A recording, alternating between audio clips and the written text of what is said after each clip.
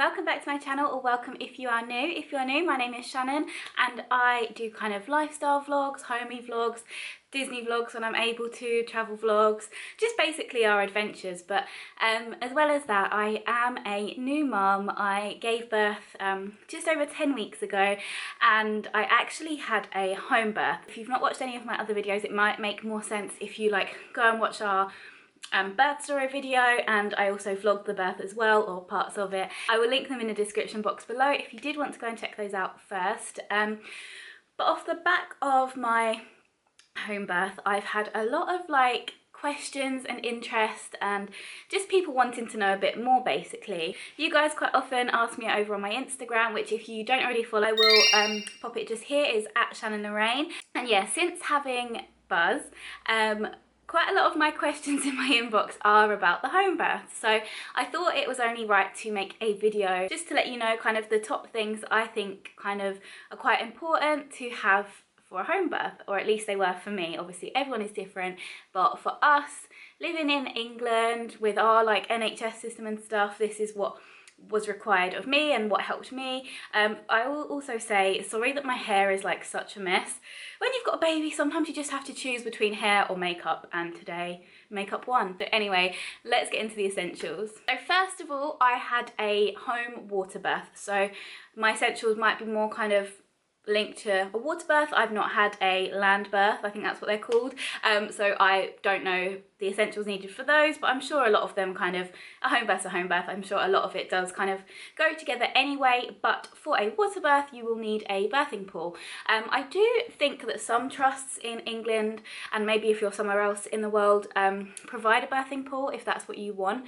I know that the trust that I was with did not, so I had to provide my own. Now you can either hire a birthing pool from a company, or there might be a local doula in your area who lends them out. I decided to go down the route of buying my own just because, I don't know, now having done a home birth, I feel less weird about if you were to hire one. But before I had one, you kind of just think it seems a bit maybe icky to use one that's already been used. I don't know, I just felt funny about it, but now in retrospect it would have probably been fine, because for the birthing pool you have to have a liner, which is a one-time use liner, and it covers every kind of surface of the pool that you would be touching when you're in it. So, you know, none of the icky baby stuff should be technically coming into contact with the pool. So every time you would have a home birth or use that pool, you would have to buy a new liner. So yeah, first of all on my list was a birthing pool. I bought it from a company called Birth Pool in a Box, or that was the brand that I bought anyway, and I think I do have an affiliate link, so I will pop it in the link below. I think it gets you 10% off maybe, don't quote me if I'm wrong, but yeah, if you check out the link in the description box below, you'll see, and yeah, that should take you straight through to get that discount. I think I do get a cut from that. It's not you know, they've not asked me to say this or anything like that. It's literally, if you order through that website, I think everyone just then gets sent an email afterwards saying here's an affiliate link if you want to then recommend it to someone. Anyone could get that link, I think. I got the regular size, which is actually the larger size, just because I'm not a tiny person. I'm short, but I'm, you know, curvy, and I wanted to have the room to move around. And yeah, we measured our floor space, and the regular one was a good size for us, so that's one we went for. Slightly more expensive, but I'm glad I went for that because I did move around in the pool a little bit. Second on the list was a sippy cup, and this really helped me because when you're in labour, you don't necessarily have all the energy in the world to be doing other things except for focusing on, you know, giving birth. So I had a sippy cup, which this is going to sound like such a promo, shameless plug type thing, but I do have a small business and I do make sippy cups. So I made one for myself that said Buzz's Mama on it, and yeah, I did that beforehand, and it was so lovely to have that when I was in the birthing pool. I actually think I took a selfie of me drinking with it. I'll pop it I will pop it on the screen here. I think I look really funny in it, so don't judge, but I was in labour. But yeah, that really helped, and we filled it up with Lucozade Sport. Just having the straw, the birth pool that I got had a cup holder, so I could literally just be without even using my hands, because they were quite often tensing on other things or whatever. But yeah, that really helped, and that was something that I saw on Sophie and Dave. They actually recommended that, and yeah, so I decided to make my own. I do sell them, so that's why I've popped ad on the screen here, but it's not an ad at all. I just think that's something that I have to do. I don't want to get in trouble. That is something that I would definitely recommend. Next on my list, I keep looking down here because I've got my phone with a list I wrote. I actually wrote this list on the 5th of March, and it is now the 12th of April. So that's how long ago like I was planning to make this video, even before then, but yeah, it's been hard to get the time. So yes, next on my list is a shower curtain. So that might seem a bit random, but you can use other things. I just thought this seemed like the best idea. So we wanted to protect the bed, and in case the water birth wasn't working, I wanted to have the bed as an option to potentially give birth if, you know, I needed to get out of the pool. And also I didn't realise this, but after the birth I had to go onto the bed anyway to deliver the placenta, and for them to examine me and stuff like that, to check like for tears and things and protect your bedding. So you can use towels and things, I imagine, but I just bought a pack of, I think it was a pack of 2 not disposable, just like plastic shower curtains, and it was literally £2 from Tesco. And yeah, they're just big plastic sheets basically, which are perfect. So covered the bed with those, and it just meant our bedding was protected, the bed was protected, the mattress, you know, everything was all fine. And I mean, I guess you could clean that shower curtain if you wanted to, but we did just dispose of it with like all of the other stuff that goes with giving birth. Next thing I just said about towels. You will need towels. If you're having a water birth, obviously the baby's born into water, and they want to wrap him in towels afterwards to keep him nice and warm and toasty. But also I imagine if you have like a land birth anyway, they would probably do similar, because they'll still be covered in all the birth stuff. So yeah, lots of towels. I think we went through about 8 or 9 towels. We kept all of them, we just washed them all. There was one that we didn't keep because he did his first poo in it, and if you guys know about the baby's first poo, it's sticky, black, rank, and yeah, not something that we thought was worth keeping a towel for. But I will say we did use like really old towels. We have like, you know, like old holiday ones, and just ones that we keep for like, you know, if someone to bring a dog over or something, like, you know, like just, we have like old towels that we don't care so much about. Next thing is snacks. Now these snacks will probably more be for your partner, not gonna lie. If they're anything like my partner, they will be having all the snacks. And yeah, we actually didn't need loads ourselves because my birth was very quick. Yeah, it went so quickly. Again, if you've watched my birth story, you'll know. But yeah, so we weren't really like at the point where we needed to have snacks, but if you're going to have a home birth and it's going to be a long labour, then snacks will definitely come in handy. And also straight after giving birth as well, you might need a little like boost of energy. I think I did eat like a cereal bar or like a squares bar or something like that after giving birth.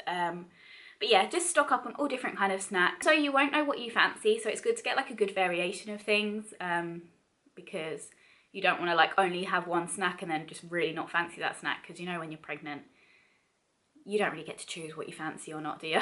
Something that was really important to me was to have like a nice atmosphere. I did hypnobirthing, and a lot of that is about having a nice, calm, relaxing environment where you feel comfortable and you're not going to feel stressed or tense or panicked. So for me, it was about making the space as like calming as possible. I actually gave birth in our bedroom. That is like one of the biggest rooms in the house, and it also had like a good link for us to be able to put a hose from the bathroom into the birth pool to fill that up. So yeah, we turned off the main bedroom light and we had our lamps on, and that really made it nice and calm. I also had an oil diffuser on, which has like different lights. I think I had it on like the blue and purple ones. Almost felt like spa-like. Lots of people have fairy lights and things like that. We just put the main light on once I'd given birth, so the midwives could see everything. And with the oil diffuser, obviously the light that was on it was really good, but also just that scent in the air. I had like a I think it was like a lavender one, like a relaxing one, you know, so that was really nice to have that scent in the air too. Something else like scent wise was something that I saw on CC Clark's birthing video, was that she sprayed her favorite perfume like in the air, and I did the same. So I sprayed my perfume that I wore on my wedding day. That smell just takes me back to our wedding day, to our Florida holiday, you know, like just all the good feels. And so I sprayed that in the air around me when I was like in labor, and that was good vibes, gave me like the oxytocin, and it was just really lovely way to like stay calm and just think of nice times rather than getting stressed. So yeah, that was really good. Music. First I tried to put on Gilmore Girls on the telly because I thought that was like, that's one of my go-to comfy, cozy shows I like to put on when just having the background, you know, like I've watched it a million times and I just love it and it makes me feel like really good. But for some reason, when I was in labour, it just annoyed me. Emily, she was doing my head in. She was so annoying. Her voice was going right through me. So that had to go off. And in the end, I just got, I'm not going to say it out loud, my radio, my digital radio to play Mellow Magic. And I think that's what we had on. So yeah, when Buzz was born, it was actually playing Saving All My Love For You, I think it's called, by Whitney Houston. So that's the song he was like born to. But yeah, you can have whatever music makes you feel good. I did consider making a playlist, but I just didn't get round to it. But yeah, Mellow Magic was like perfect for me to just feel like calm. But you might want to have club music, you might want to have Disney music, you might want to have whatever makes you feel good. So yeah, music is something that was really lovely to have. Alongside music, I use the Freya app, which if you've done hypnobirthing as well, you might have heard of it. It is a breathing app and it is made by the Positive Birth Company, who are the company that I did the hypnobirthing with. It's not a free app, but I do think it's worth it. It times your contractions for you and it also plays like readings or positive affirmations or whatever you want it to, but that was the app that got me through my birth. I 100% believe that I wouldn't have been able to do the breathing without that app, because a couple of times my midwife pressed stop on it because I think it was annoying her, but I really needed it, and like I just kept getting Ollie to put it back on again. It was keeping me in the zone. Like I just needed that tunnel vision of like listening to that person counting to me. Like of course I know how to count, but just having that out loud for me to count along to and breathe along to, it was the single best thing that helped me get through my labour. So I would really recommend that app, even if you're having a hostel birth as well. Like just such a good app. Obviously like painkillers, like just paracetamol and stuff for afterwards. I didn't actually, I think I took paracetamol once, but I had quite a non-traumatic birth. I didn't have like any tears or anything like that, but if you did, I imagine stocking up on painkillers would be a really handy thing to have at home. You'll need comfy clothes for after, obviously. I specifically wanted comfy black clothes because you bleed a lot after having a baby, or at least I did, and a lot of people do, and I was just worried that if I wore light clothes, like, you know, I would bleed on them and it would show. So yeah, comfy, big, like baggy, nothing that's going to be restricting over you, just comfy, big, cozy clothes. Something else that might be good, I didn't actually use mine, but if you've got like a toweling dressing gown, that might be good after you get out the birthing pool, to like wrap around you and keep warm, and also obviously you'll be wet, so it's like good to dry off that way. Something else that was important for the midwives to have for a home birth was a flat surface. So they told us when we spoke to them that they needed to have a flat surface just in case anything happened to baby during birth and they needed to like pat him down, or you know, if there was any kind of complications, they just needed a flat surface to be able to deal with the situation the best they could. So we've got a desk in the corner of our room, so we made sure that was cleared down and that was like an empty big flat space that was like a good level for the midwives to use if they needed to. Fortunately there was nothing that went wrong like that, but they did use that to pop their scales on to weigh him and everything like that once he was born. So yeah, having a flat surface is something that they'd requested. Something else that is good is to have a heater. Obviously it's really important to keep the newborn super warm and toasty when they're first born. So yeah, we have like obviously radiators, we have the heating, but I got really warm giving birth, so we have an electric heater, like a plug-in one as well, so we had that to hand in case we needed it. We actually didn't use it, I don't think, but yeah, that was something else the midwives told us to have on hand if we needed it for baby, for like quick heat. Something else that I wanted was a hairband, just like a scrunchie or something, because when you're like in that zone, you don't want like scraggly wet hair on you, you know, or at least I didn't, and I just wanted to bung my hair up. When you're having contractions and stuff, I know definitely I got to a stage where I wasn't really able to talk through them too much, so yeah, it's easy to save your words if your partner knows where things are that you're going to want or need. then that will help you out. Something that's really important is your maternity notes. I had mine obviously like to hand, but they weren't very well organised. When I'd gone to an appointment, they'd all fallen out of like the order, and my midwife wanted to see my last scan to just check like what had happened on that and stuff, and she couldn't find that for ages, and it was a bit stressful because she was saying, oh, it's not here, and I was like, I know it is there, like you just need to check. But obviously I was having contractions, and yeah, so maybe just make sure your maternity notes are in order, easy for them to access and read. My maternity notes also had all the numbers of my midwife team and everything like that, so my partner knew that, so when I went into labour he could obviously easily call them and let them know that they needed to send someone out. For me as well, because I had a water birth, a bikini top for something that I wanted to wear. I didn't want to have my boobs out because A, we wanted to film it and get pictures, and B, I just felt like I wanted to have my boobs covered.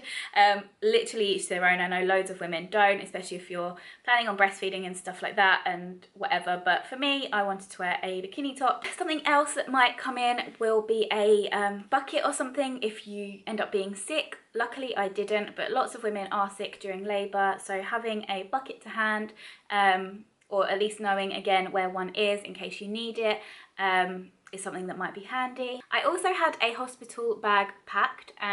This was because I was originally planning a hospital birth and it was a very last minute decision to have a home birth, but I would say to have one packed anyway, just in case there are any complications or any reason that means you have to transfer to hospital, whether that's your decision where, you know, you panic and you think suddenly, oh, I just want to be in a hospital environment, or, you know, whatever's happening, I think it's handy to have that bag packed because you don't want to be worrying about, you know, trying to do that when you're in labour. Something else that the midwife asked for when she was here, but we didn't, we weren't aware that she would need it, so we didn't have it ready, so we didn't actually get one in time, like, because I was so into my contractions at this point that I couldn't think of where to find one.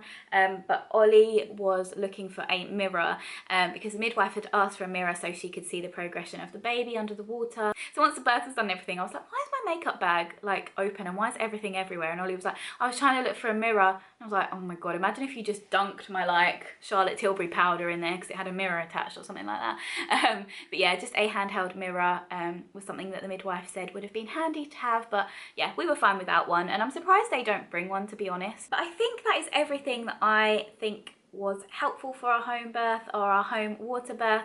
If I've forgotten anything, then maybe I'll try and leave it in a pinned comment below. If not, if you've had a home birth or if you're planning a home birth, feel free to leave in a comment below what you think is an essential to have, because I might have forgotten things, or there might be stuff that I didn't know about that could come in handy for a future home birth, but other people might want to read the comments as well. So just leave any tips, tricks, you know, essentials in the comments below, because that could come in really handy for anyone else. But thank you so much for watching. I hope you've enjoyed this video. Love it if you'd like to subscribe and join our little journey. Thank you so much for watching. Please do give it a thumbs up if you did enjoy, and I will see you very soon for another video. Bye. I just wanna love you, just wanna hold you, just wanna be with you till we grow old. Please tell me you'll stay